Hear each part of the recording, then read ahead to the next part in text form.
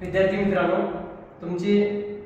तुमचा जो इतिहासाची मेथड आहे, इतिहासाच्या मेथडवर आधारित सुद्धा परीक्षेला 100% येतील असे प्रश्न आहेत. तत्पूर्वी मस्त आन्सर मॅथ स्टडी या चॅनलला लाईक आणि सबस्क्राईब करा आणि जास्तीत जास्त शेअर करण्याचा प्रयत्न करा. इतिहासाचा अर्थ, स्वरूप आणि संकल्पना स्पष्ट करा असा प्रश्न परीक्षेत विचारला जाईल. तर इतिहासाचा अर्थ भूतकाळातील घडलेल्या घटनेचा मागोवा घेणे म्हणजे इतिहास है ना. मागील घडलेल्या घटनेचा अभ्यास किंवा गोष्टीचा अभ्यास करणारं शास्त्र म्हणजे इतिहास. थोर पुरुषांच्या जीवनाचा अभ्यास करणारं शास्त्र, होऊन गेलेल्या थोर पुरुषांच्या जीवनाचा अभ्यास करणारं शास्त्र म्हणजे इतिहास.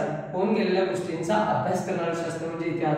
अशा पद्धतीने इतिहासाचा अर्थ आपल्याला सांगता येईल. इतिहासाची स्वरूप, संकल्पना म्हणजे इतिहासामध्ये काय काय येतं ते मुद्दे तुम्हाला छोटे छोटे लिहिता येईल. प्राचीन इतिहास आहे, अर्वाचीन इतिहास आहे, ताम्रपट आहे, शिलालेख आहे, लेण्या आहे, ऐतिहासिक वास्तू आहे, भूतकाळातील घटनेचा मागोवा आहे आणि थोरांची कार्य इत्यादी आपल्याला इतिहासाच्या संदर्भामध्ये सांगता येईल. आता प्रश्न असा आहे, समवाय म्हणजे काय सांगून इतिहासातील इतर शालेय विषयाशी समवाय घ्या. इतिहासाचा गणिताशी समवाय, इतिहासाचा भूगोलाशी समवाय,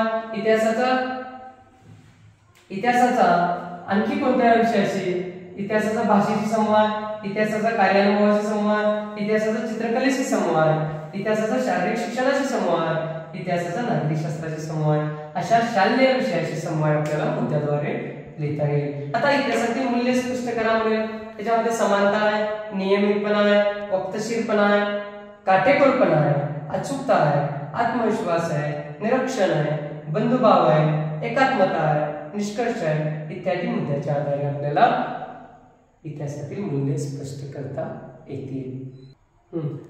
आता 10 गाभाभूत घटक स्पष्ट करा असा प्रश्न येईल. त्यामध्ये भारतीय स्वतंत्र चळवळीचा इतिहास आहे, भारतीय संविधानात्मक जबाबदारी आहे, राष्ट्रीय अस्मिता जोपासण्यासाठी योग्य आशय आहे, भारताचा सामायिक सांस्कृतिक वारसा आहे, समानता, धर्मनिरपेक्ष आणि लोकशाही आहे, स्त्री पुरुष समानता आहे, पर्यावरणाचे संरक्षण आहे, सामाजिक अडचणांचे निर्मूलन आहे, छोट्या कुटुंबाचे पालन आहे, वैज्ञानिक दृष्टिकोन आहे.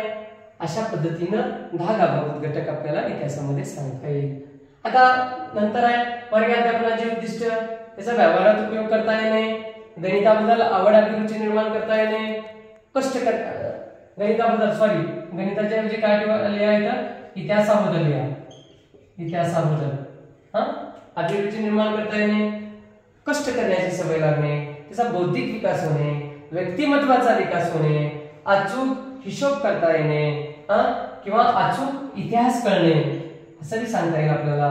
अचूक इतिहास समजणे, त्याच्यानंतर अचूक इतिहासातला निष्कर्ष काढता येणे, त्याच्यानंतर आपल्याला अंधश्रद्धा दूर करणे आणि तंत्रज्ञानाचा व्यवहारात उपयोग करणे हे वर्ग अध्यापनाचे उद्दिष्ट आपल्याला सांगता येईल. आता वार्षिक नियोजन, पाठ नियोजन आणि घटक नियोजनाचे महत्त्व लिहा असा प्रश्न विचारला तर वेळेत अभ्यासक्रम पूर्ण होतो, मूल्यमापन पूर्ण करता येतं, सशल्य उपक्रम राबवता येतं, सर्वांगीण विकास करता येतं, उद्दिष्ट पूर्ण करता येतात, वेळेची बचत करता येते, शिक्षकाच्या कार्याला दिशा मिळते, खेळाचे नियोजन करता येते, कामाला गती प्राप्त होते.